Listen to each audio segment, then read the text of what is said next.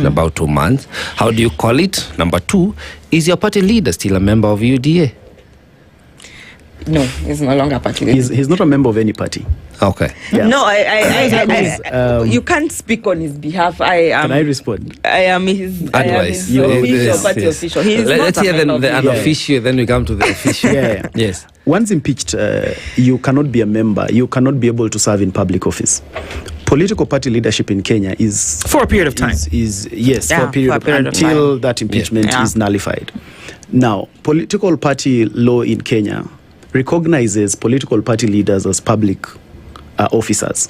Like, she is a public officer, and therefore, following the impeachment, just the same way Rigathi is not deputy president and cannot be able to run until the impeachment is overturned, he actually cannot be party leader of any political party. But be that as it may, I want to again go back to her argument that state machinery was used and that is why they lost elections.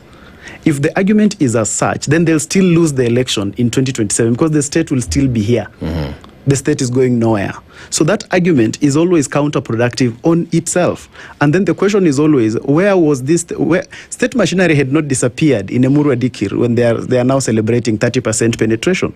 There was still state machinery. State machinery had not disappeared in Award in Kakamega that I forget the name, where they won the election. Award is Kisa East. Award is in fact the smallest unit, which is easy to actually interfere with because those are just 4,000 voters. So if it is a matter of state machinery, they are not even supposed to be having that ward in the first place. So the truth is, the better person who is organized for an election will win the election. All these other things, and I told you in my beginning that politicians will never run out of excuses why they lost.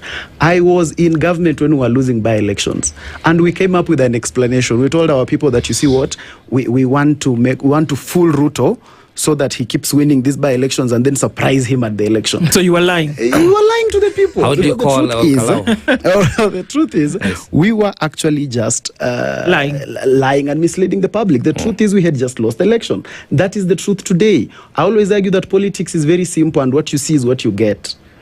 When the person leading by-elections today is UDA, be prepared that they will still win the general election. It is just as simple as that.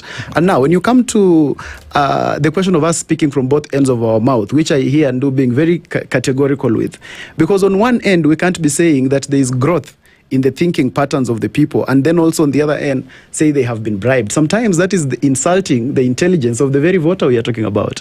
Because if a person who was your candidate, the moment they change their mind, you accuse them of being bought. The people who go to the ballot to vote, the moment they vote against you, you again accuse them of being bought.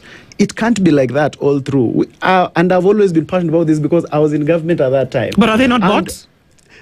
You see, the question of being bought is a question that you must be able to bring when you have empirical evidence. Politics is the art of persuasion. She can persuade me today to join DCP. She doesn't need necessarily to buy me. It's a matter of persuasion. The moment we are on this show, Kenyans are listening to us. They are persuaded by the things that we say. Just because they have joined one side or some people have left government and gone the other side, it doesn't mean they have been bought. Who bought Irungu Kangata recently? It is not always a question of being bought. And so people should be able to understand that politics is the art of persuasion. And the quickest way you start losing election is when, instead of fixing the problem, you run to mudslinging and trying to box the people who are doing better than you into a certain cage.